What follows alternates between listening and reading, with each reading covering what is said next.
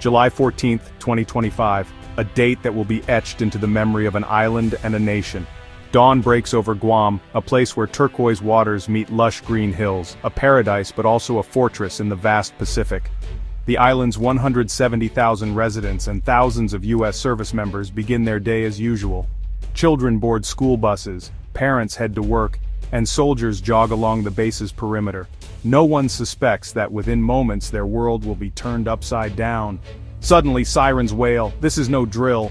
The shrill alarms slice through the morning calm, sending a jolt of fear through every heart. Radar screens light up with activity.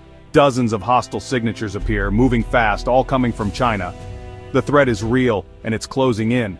40 ballistic missiles, an unthinkable nightmare scenario, are inbound. The island's worst fears are materializing before their eyes. On Andersen Air Force Base and Naval Base Guam, years of training snap into reality. Soldiers and sailors rush to their stations, adrenaline surging as the base transforms from routine to high alert in seconds. Soldiers at the THAAD battery race to their posts, ready to intercept the threat. Every movement is practiced, but the stakes have never been higher. Years of preparation come down to these seconds. The first line of defense must hold. Commanders issue rapid orders knowing that failure is not an option. Families rush to shelters, the threat now terrifyingly real. Parents clutch their children, neighbors help one another, and the community bands together in fear and hope. The ground shakes as interceptors launch, streaking skyward to meet the incoming missiles. The roar of engines and the blinding light mark the beginning of a desperate defense. This is no distant conflict. This is their home, their sky, now a battlefield. The people of Guam watch in disbelief as their island becomes the center of a global crisis. The world holds its breath as the first wave of interceptors rises, a desperate shield against a storm of steel. In command centers, eyes are glued to screens, every heartbeat echoing the tension. The fate of Guam, and America's Pacific presence, hangs in the balance. The island's strategic location, once a point on a map, is now the front line of a new kind of war. In these moments, the island's strategic importance is no longer abstract, it's a matter of survival. Every decision made here could shape the future of the Pacific. The calm of paradise is shattered, replaced by the chaos of war. The familiar sounds of waves and laughter are drowned out by sirens and distant explosions. For the people of Guam, the line between peace and conflict has vanished. In shelters and bunkers, families cling to hope, uncertain of what the next hour will bring. The U.S. military's resolve is tested as never before. Every soldier, sailor, and airman knows the world is watching their response. Every second counts, every decision could mean life or death.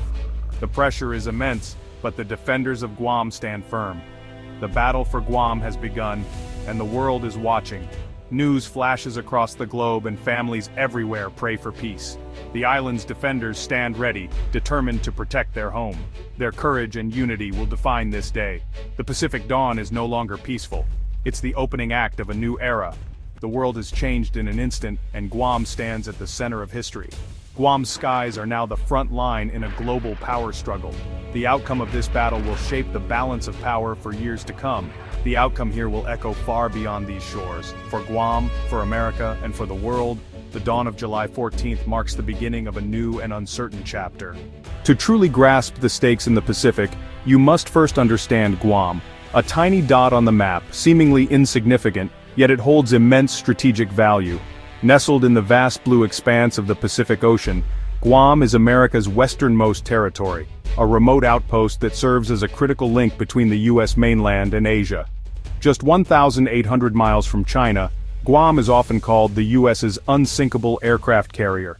Its location allows the United States to project military power across Asia within hours, making it a vital launchpad for any operation in the region. In a world where distance matters, Guam's proximity to potential flashpoints is a game-changer. Andersen Air Force Base, perched on the island's northern tip, hosts strategic bombers and a massive munitions depot.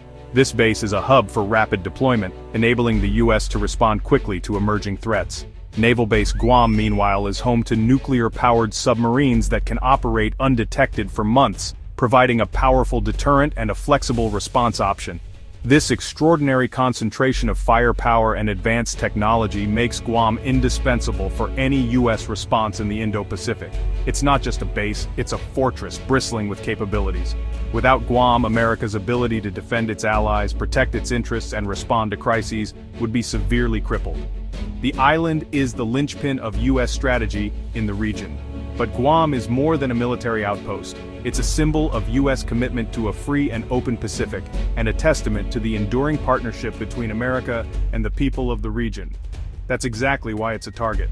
Guam's strategic importance has not gone unnoticed by America's rivals. Beijing sees Guam as both a threat and an opportunity. Neutralizing it would cripple U.S. intervention capabilities and shift the balance of power in the Pacific. China has invested heavily in advanced weapons designed specifically to strike Guam, making its defense a top priority for U.S. military planners. Protecting Guam isn't just about defending a single island, it means safeguarding America's entire strategic posture in the region, and by extension the security of its allies. The fate of Guam is deeply tied to the future of U.S. leadership in the Pacific, and to the stability of the entire region. Guam is the backbone of American power projection, a forward base that underpins the U.S. military's reach and resilience. Its security is the linchpin of stability in the Indo-Pacific, shaping the balance of power for years to come. The missiles racing toward Guam are China's DF-26S, the Guam Express. Sleek, deadly, and engineered for long-range precision, these weapons are at the heart of Beijing's evolving military doctrine. Their launch signals not just a tactical move, but a strategic message to the world. Designed to threaten U.S. bases from over 2,500 miles away, these missiles are the core of Beijing's anti-access strategy. Their range puts nearly every American asset in the Western Pacific within striking distance, forcing U.S. planners to rethink their assumptions about security and reach. The attack, 40 missiles launched in a coordinated salvo, aiming to overwhelm defenses. The sky above the Pacific becomes a web of contrails, each missile a potential game-changer in the opening moments of conflict. Chinese planners knew about Guam's THAAD battery. Their goal was saturation. Some missiles would get through. The strategy was coldly calculated, quantity over quality, betting that even the best defenses can be swamped by sheer numbers. Each warhead targeted runways, ports, and command centers, America's Pacific stronghold. The intent was clear: cripple the U.S. ability to project power, disrupt command and control, and paralyze the response before it could even begin.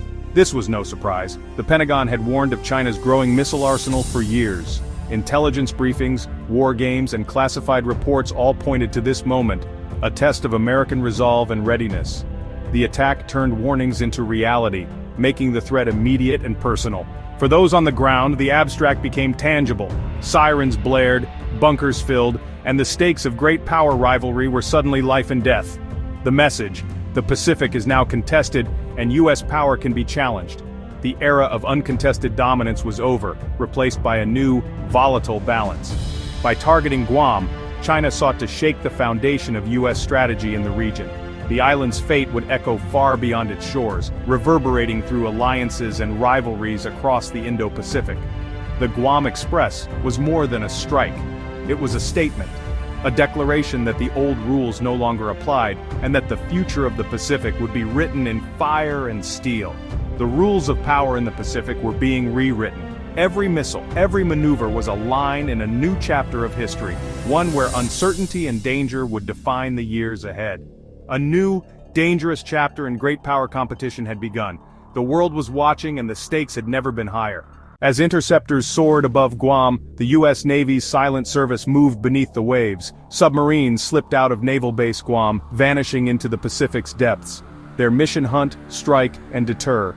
Within hours, Washington authorized a precision retaliatory strike.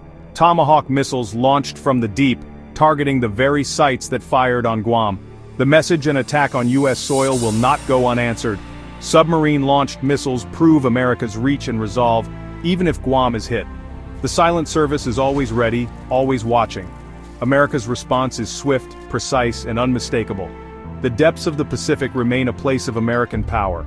Behind the headlines, life for U.S. troops on Guam is a daily grind. Soldiers at the THAAD battery work in harsh conditions, no proper maintenance facilities exposed to the elements. After typhoons, they rely on borrowed hangar space just to protect vital equipment. Living conditions are tough, unreliable water, basic amenities lacking, morale tested. These challenges aren't just inconveniences, they threaten readiness. The Guam defense system aims to fix this, but faces delays and uncertainty. The shield of the nation needs urgent reinforcement. For Guam's people, living on a military target is a daily reality. They're proud Americans, but the threat is personal. Sirens and shelters are part of life. The military buildup brings anxiety. More defenses could mean more risk and strain on housing and services. Many feel caught between superpowers, their voices unheard. Yet, after the attack, the island's resilience shines. Neighbors help neighbors, community endures. Guam's spirit is the heart of its strength. The attack on Guam was the climax of years of escalating rhetoric and military posturing.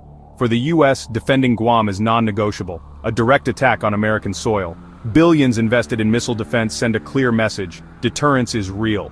China, meanwhile, frames Guam as a threat, not a shield, and seeks to prove U.S. power is vulnerable. Each move fuels a cycle of escalation, defense seen as offense and vice versa. The attack showed how thin the line is between words and war. Deterrence depends on credible action, not just statements. America's swift response was a message delivered in steel, not speeches. The balance of power in the Pacific is more fragile than ever. The attack on Guam was a wake-up call, a test of America's resolve and readiness. The defense and swift retaliation proved the U.S. will not be intimidated or abandon its allies. Now, urgency drives efforts to fortify Guam, upgrading defenses, fixing infrastructure, and supporting troops. The goal: make Guam a fortress, resilient against any threat. But true strength is more than hardware. It's partnership with the people of Guam. Their unity and spirit are as vital as any missile shield. The skies are quiet, but vigilance endures. From the flames of crisis, a stronger, more resolute Pacific commitment is forged.